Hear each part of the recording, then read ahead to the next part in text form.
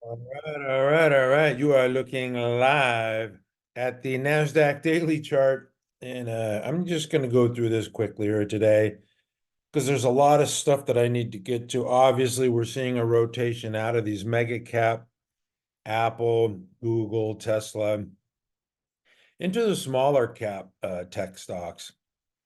And I just wanted to point out here on the Nasdaq, and I'm going to get to that in a minute, some of the software names and the crypto names. But I wanted to point out that the Nasdaq had this follow-through day here in November, had subsequent follow-through days, and just pulled back to the 21, and is finding support there consistently. And this has been a while now. This is the sell-off here in the end of December and the beginning of January. So no Santa Claus rally for you. But it's just pulling back to the 21, finding support, pulling back to the 21. It could do this for a long time. I mean, it could do this all year. So that these are real mild, muted pullbacks that are being supported here, and that's a sign of beauty to me. This is in a power trend, and as long as this thing's getting supported, it's 21. Yeah, I'm all for that. So just keep your eye on the 21 with the index and with your stocks. Today, the Nasdaq was down 21 points or 0.13%, closed at 15,976, just a whisker away from this 16,212 back in November of 2021. But the index that I wanted to talk about today was the Russell, because we're starting to see, like I say, this rotation out of these mega cap tech stocks, and this is more risk on these smaller cap names that don't have quite the earnings. And it's good to see, the Russell being up, 0.61%, while the Nasdaq was down. Well, I mean, good to see unless you own the Nasdaq. But I want to get right into some of the stocks here. I have to cover NVIDIA because it's one of the, real powerhouse Nasdaq mega cap names, but this is the only one I'm going to cover here. You can see that it pulled back to the 21 right before earnings, and then reported a stellar quarter. It was up Thursday, Friday, and up slightly today. Looks like it's going to have a little trouble with that 800 number, but still in a nice strong trend. NVIDIA looks fantastic. A couple of other names that I want to look at here. These are larger cap, semiconductor fabless. This is a AMD, and you can see the shake out here. This is a 5-week flat base pattern. You can see that it shook out real hard last week and then bounced up, but it's still trading above its 10 EMA, and it's had a couple of inside days here, real tight and quiet. I would expect this thing to move higher pretty soon, maybe one day this week. So that one looks really good. It's on our ready list. And I do like the looks of that one. ARM is another one that is not on our ready list, but definitely showing strength. It had this big move and then pulled back to the 10 and found support. Now it's ramped up again, and it's extended past its moving averages. You can't really buy there because you're going to get shaken out on a pullback. Yeah, it's 15% above its 10. So ARM is a really strong stock. A couple other ones in the group. Broadcom, I know I said I was going to talk about the smaller cap stocks, and Broadcom just had a nice quiet inside day today. And then the other couple that are in the in the data center groups, SMCI, lot of God, there's a lot of people who are angry with this stock just because it had this big reversal here and came back to fill the gaps on these, but it's still trading, well above its 21. Today it just bounced off its 10. I don't know what people expect here. It was just an inside day. It's really traded tight. It had a $65 range from 830 to 895, and $65 range is tight in comparison to, well, just 2 days ago it was up 241 points. So it gives some of that back. But just watch the 21 on this stock. It's still 19.8% above its 21. So as long as it's above the 21, and this is a rising 21, I have no problems with super micro. People think it's just going to crash because it had a blow off top, but just watch the daily action, and to me it's holding up fine. Actually looks pretty darn good. That's enough of that one. Oh, and the data center I wasn't really impressed with their earnings, but it doesn't matter what I think. The stock was bought up, and that's all that matters. And it made a new high today. You can see that nice shakeout. Once again, you'll see this often. This is an earnings report, but you see a nice shakeout before the move higher, and it traded at an all-time high today. So Vert looks good, and that's it for me for all the semiconductor data center, blah, blah, blah. I want to get to the drug stocks. Some people asked about, some of the drugs besides the weight loss drugs. This is Vertex Pharmaceutical, and you have to go back and look at this longer term. This is your weekly and monthly. I mean, this thing is just a monster. It marches to the beat of its own drum. When the indexes are up, this is down. When the indexes are down, they're up. It just it's a kind of a strange, goofy stock, but over time, this thing trades higher. That's a cystic fibrosis play. They have other things in the pipeline. They have a partnership with CRISPR. Very forward-looking company. I know people don't like to mess with biotech stocks, but this is 112 billion market cap. This is a big pharma company and a very strong stock. The other one was Regeneron, another one that's this is the develops treatments for eye disease and cancer. This one has been a beast as well. You can see going back to 99. I mean, this is $8 stock. Now it's nearly 1,000 and just grinds higher. How does that happen? Well, they deliver strong sales and earnings, quarter after quarter, year after year, and then the stock appreciates. It's amazing how that happens. And anyway, those two stocks are some real powerhouses. A more speculative play that I was talking about earlier, these smaller cap names that are just showing strength. This is Viking up another, almost 3% today. Getting some volume coming in on this one, and IOVA had a drug approval and it shot up. There's my 3-day rule that it pulled back, and today it was up another 5%. So it's a Tom Petty stock. It doesn't want to back down. It just won't back down. So anyway, that's enough for the drugs. I need to move on. I have a lot of stuff that I have to get to. One other thing is construction. I have a lot of construction stocks on my ready list this week. This is Sterling Infrastructure. Boy, they report earnings today. Looks like they were pretty good. Up 4% after hours. I've got to get to some of the after hours stuff. Anyway, that's a total brain fart on my behalf. I didn't realize that. Road, I like that stock, by the way, Sterling. Road is just roadkill here. No, it broke out of a base and then pulled back to its pivot point. And it's pretty common for stocks to do that. Doesn't mean that the rally's dead or anything. It's just coming back to its moving averages, maybe to pick up some more buyers here. But I definitely have Road on the right. This is a slower moving stock. This is not NVIDIA or AMD, which is just going to power higher. Speaking of power, this is Quanta Services. This one broke out of a base. This is what you want to see when a stock breaks out of a base, 10% with volume. Just, slowly climb higher. You don't want it to fill this gap in here. And power is powering higher. Quanta Services, PWR, and then PRIM. This is Primoris Services. This one had this nice long consolidation and just pulling away from its base. They have earnings today too, and after hours up 5% or more. So those stocks look good. Sterling and Prim after hours. In the construction home building group, Dreamfinder Homes is on our ready list. You can see why here. It's just consolidating. This is, I would consider this a base on base pattern.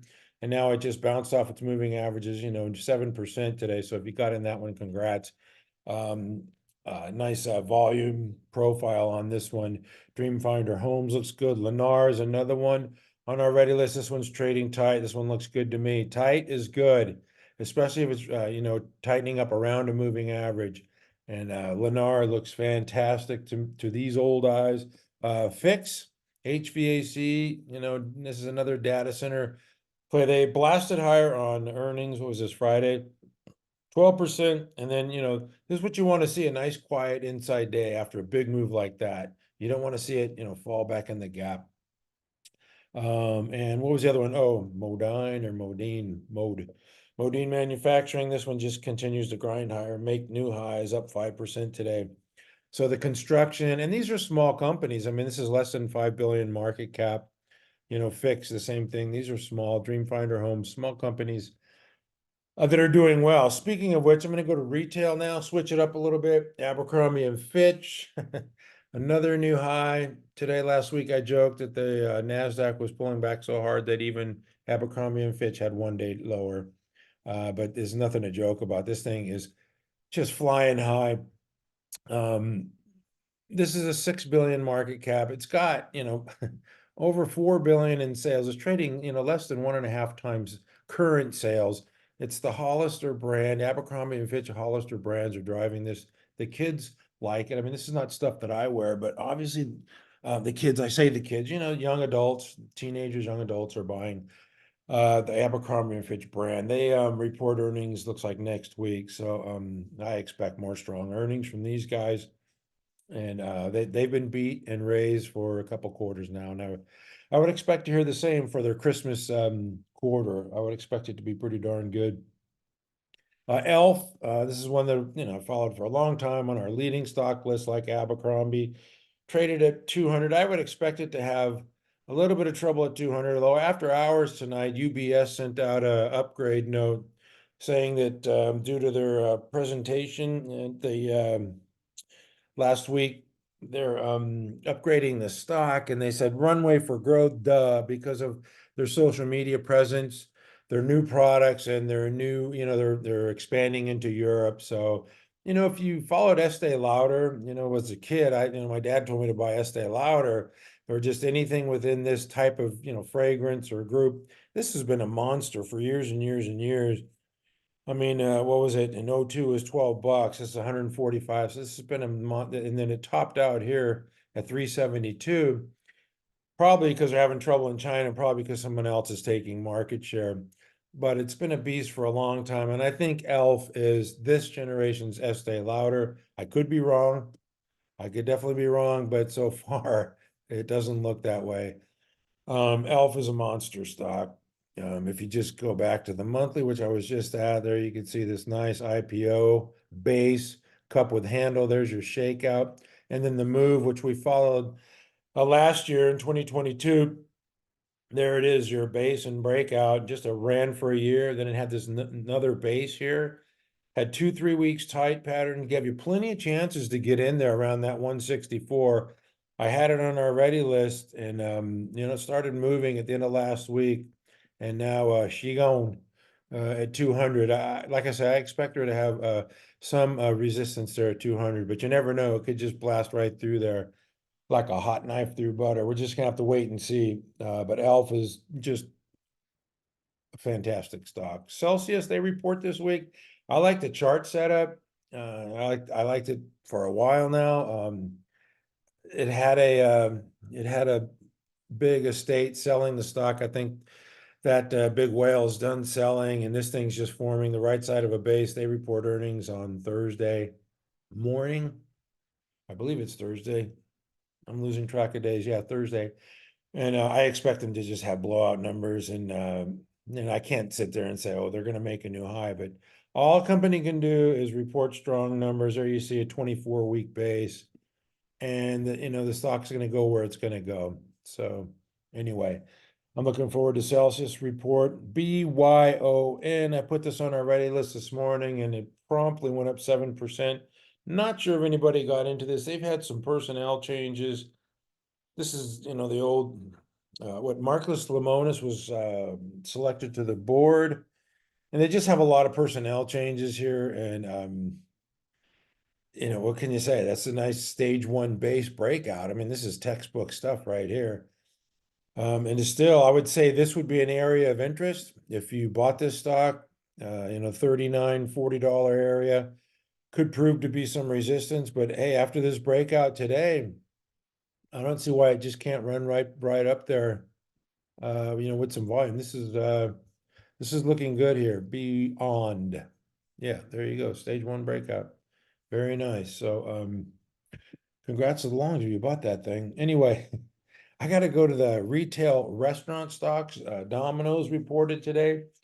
It started out like a house of fire, and then it closed near the lows of its day. The lows of the session, which is kind of like an inverted hammer there, 11% of its daily range. You could see the RS line, showing strength here as it blasted higher, but the close is a little bit of a concern.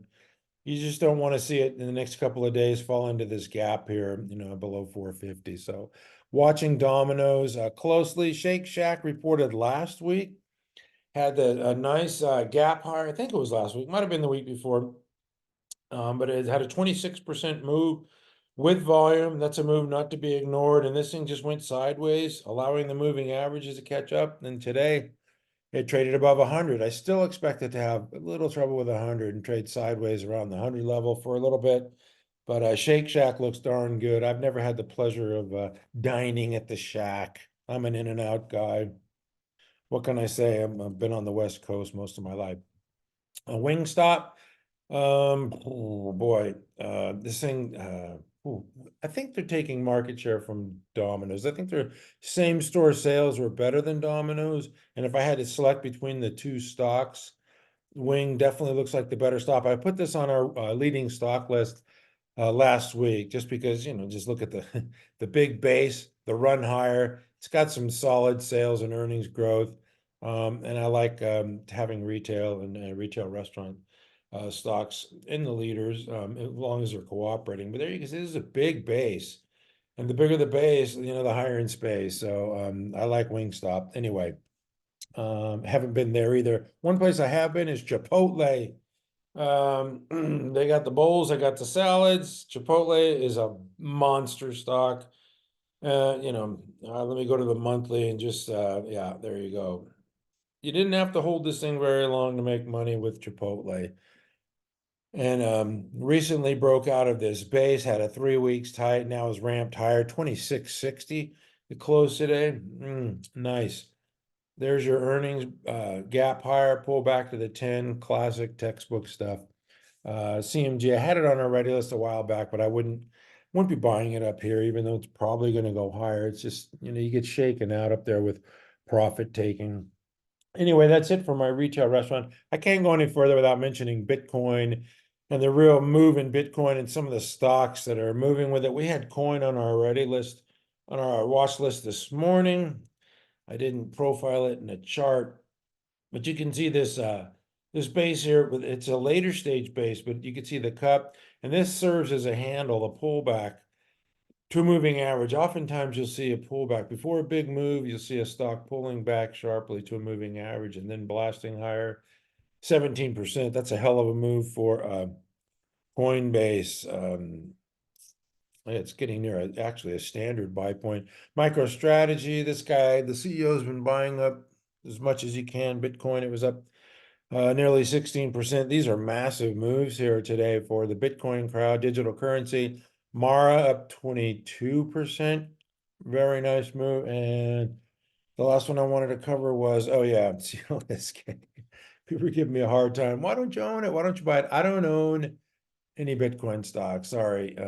Just me.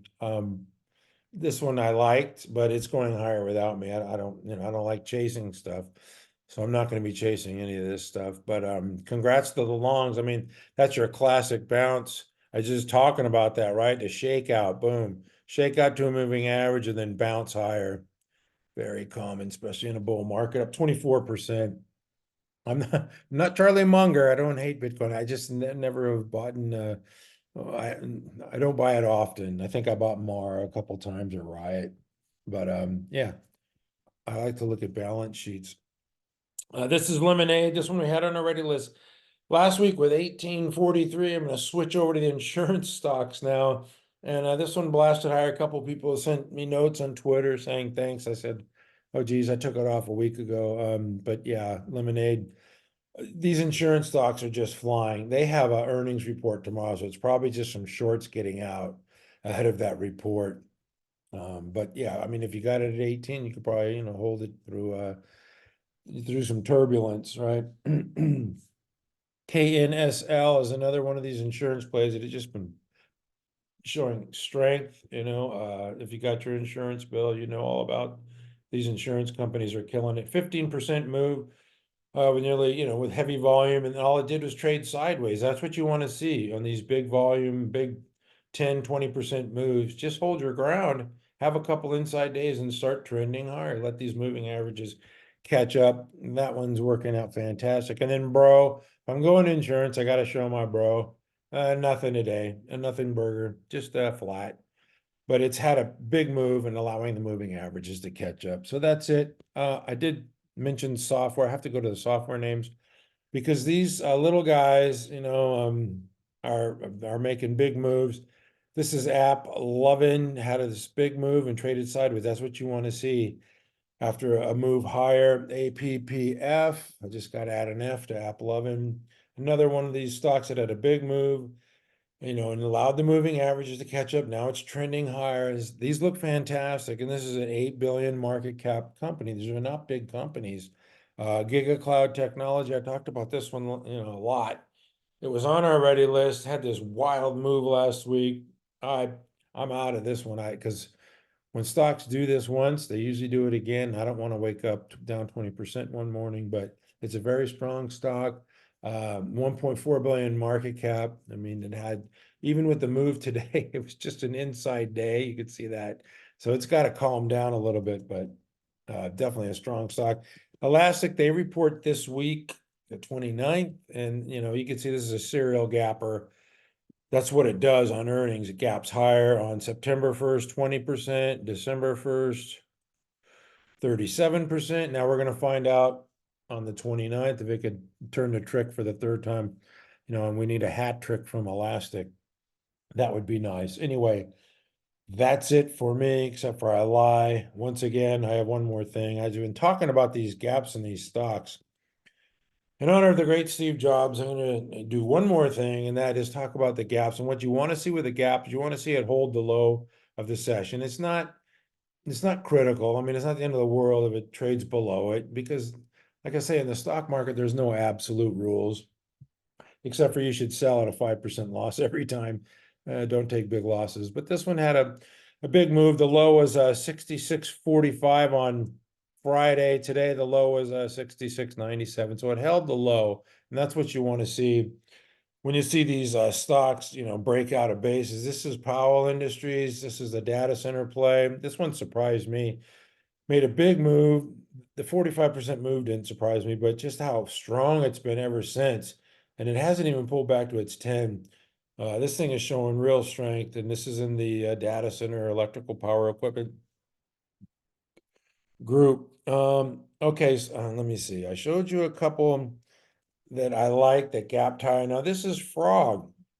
See, so this one gapped higher, 28%, and then the low of the day was 44.25. Well, 3 days later, it's at $40. What did it do? It just pulled back to its 10, shook a bunch of people out, closed this gap here. You see the high there is 40.40, right? And this one traded down to 40.02. So it filled this gap here as it's traded back down to its 10 EMA, shook everybody out, and then started ramping higher. Now it's up 10% from that shakeout. So that's what this is, art, not science, folks. There's no rules you can just go by and be real rigid. You need to be extremely flexible, especially with these gaps higher. You don't want to get shaken out, especially if you have conviction in a stock. That's another story. But the rules are rules. I don't like to lose more than 5%. If I buy a gap up here and it trades down more than 5%, it's adios, muchachos. This is Square. The low is 78.47.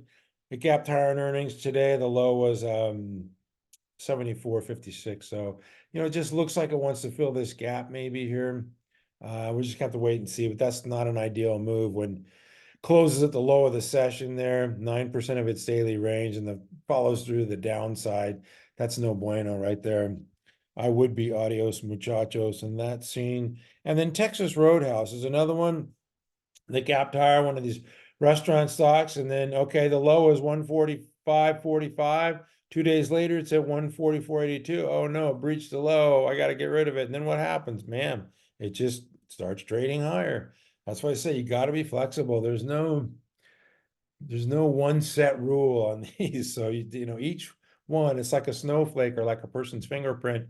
Each one is different. So I like the ones that trade higher and then hold their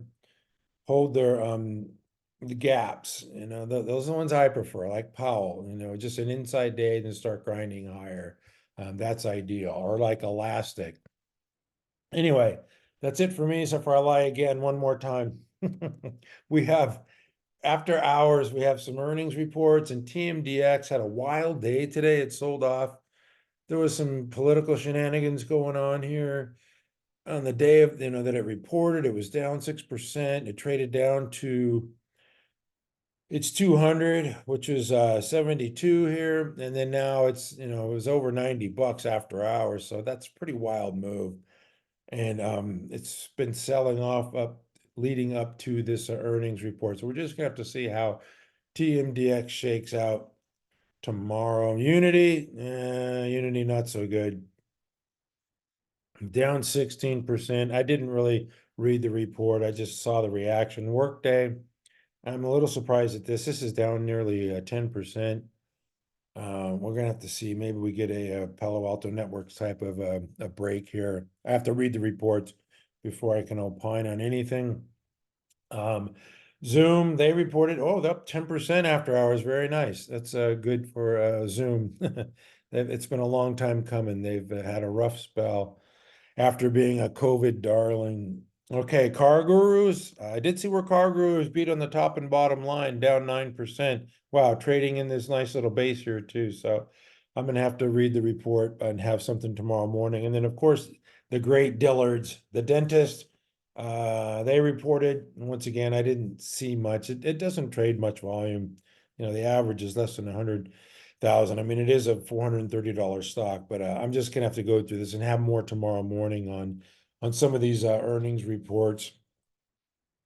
There was another one that caught my eye, but this is a financial services report, SEZL, and very 60. These stocks can be pushed around.